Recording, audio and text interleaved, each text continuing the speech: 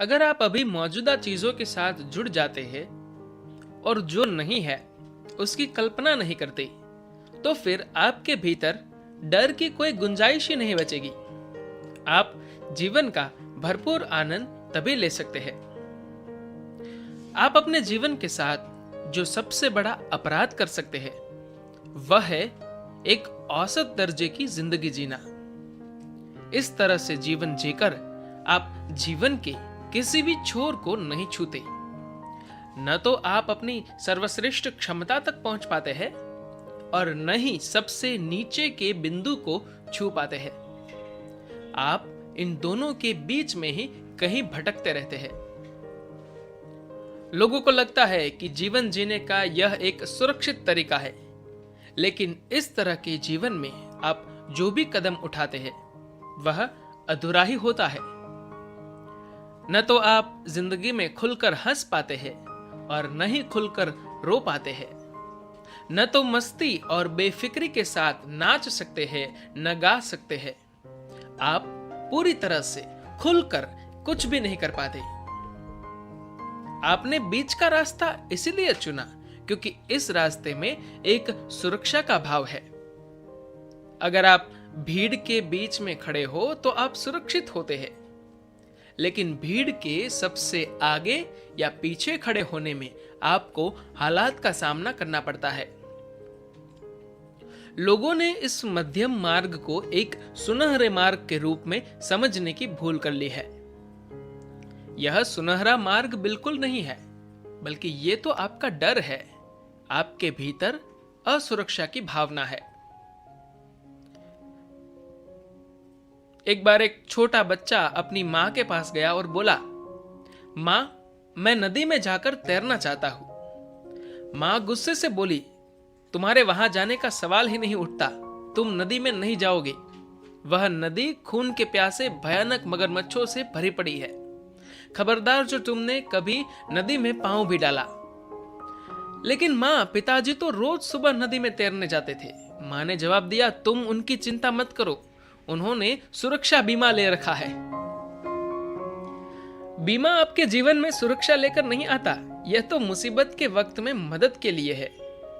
एक बंद दरवाजा सुरक्षा की निशानी नहीं है, लेकिन कुछ परिस्थितियों को नियंत्रित करने के लिए हम दरवाजा बंद करते हैं। लेकिन कोई भी दरवाजा केवल तभी तक दरवाजा होता है जब आप उसे अपनी इच्छा अनुसार खोल या बंद कर सकते हैं। अगर कोई दरवाजा हमेशा बंद रहता हो तो आप उसे दरवाजा नहीं कह सकते, तब वह एक दीवार होगा। जीवन में आपके पास थोड़ा बहुत जो कुछ भी है उसे लेकर आप ठोस हो गए हैं, बजाय इसके कि आप तरल होकर बहते रहते। इससे आपकी जिंदगी में एक ठहराव आ गया है। एक तरह से आप अनिश्चय की स्थिति में है। देखिए, अगर आप जीवन भरपूर तरीके से जीते हैं और फिर मर जाते हैं तो यह ठीक है, लेकिन अनिश्चय की स्थिति में न तो आप जी रहे हैं और न ही मरे हुए हैं। ऐसे में जब आपकी मृत्यु आएगी तो आपको महसूस होगा कि आप अपना जीवन भरपूर जिए बिना ही मर रहे हैं। यह एक त्रासदी होगी। अपने जीवन में आपको यह तय करना होगा कि आप यहां जीवन का अनुभव करने आए हैं या फिर जीवन से बचने। अगर आप यहां जीवन का अनुभव करने के लिए आए हैं तो इसके लिए जिस चीज की सबसे ज्यादा जरूरत है वह है तीव्रता। अगर आपके भीतर तीव्रता नहीं होगी तो आप बहुत ही छोटे स्तर पर जीवन का अनुभव कर पाएंगे। जैसे ही आप अपने डर को अपनी सुरक्षा के रूप में इस्तेमाल करते हैं, आपकी तीव्रता कम हो जाती है। और एक बार तीव्रता कम हो गई तो फिर जीवन का अनुभव करने की क्षमता भी चली जाएगी। तब आप एक मनोवैज्ञानिक केस बनकर रह जाते हैं। आप इस बात पर ध्यान दें कि आखिर आपका डर किस बात को लेकर है।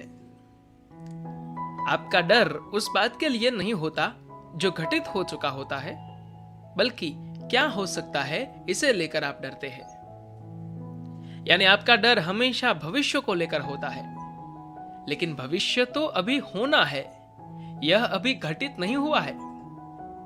इसका मतलब है कि फिलहाल इसका कोई अस्तित्व नहीं है। फिर भविष्य को लेकर डरने का मतलब है कि आप उस चीज के पीड़ित हो रहे हैं जिसका कोई अस्तित्व ही नहीं है। जो चीज अभी है ही नहीं, आप उससे डर रहे हैं। ऐसे में हम आपको पागल कहे या समझदार, आपके लिए एकमात्र सुकून की बात यह है कि आपके साथ बहुत से लोग हैं, लेकिन बहुमत होने से ही आप सही नहीं हो जाते, क्योंकि आप ऐसी चीज से परेशान है जिसका अस्तित्व ही नहीं है। डर जीवन की देन नहीं है, डर भ्रमित मन की उपज है जिसका कोई अस्तित्व ही नहीं है। आप उस चीज से इसलिए डरते हैं क्योंकि आपकी जड़ें वास्तविकता की जमीन में नहीं धसी है, बल्कि वे आपके मन में धसी है, जो लगातार अतीत से ताकत पा रहा है और भविष्य को गंदा कर रहा है। वास्तव में आप भविष्य के बारे में कुछ नहीं जानते। आप अतीत का एक टुकड़ा लेकर उसे झाड़ पोंछकर उसे थोड़ा सजा कर सोचते हैं कि यह भविष्य है। आप अपने भविष्य के बारे में योजना तो बना सकते हैं, लेकिन आप भविष्य में रह नहीं सकते। लेकिन फिलहाल लोग अपने भविष्य में रह रहे हैं और यही वजह है कि उनमें डर बैठा हुआ है।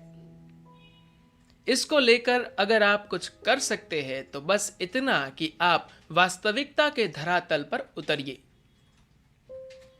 अगर आप अभी मौजूदा चीजों के साथ जुड़ जाते हैं और जो नहीं है उसकी कल्पना नहीं करते, तो फिर आपके भीतर डर के लिए कोई गुंजाइश ही नहीं बचेगी। तभी आप जीवन का आनंद ले सकते हैं। आप इस बात पर ध्यान दें और फिर देखें कि आपके साथ क्या होता है। ज्यादा से ज्यादा क्या होगा?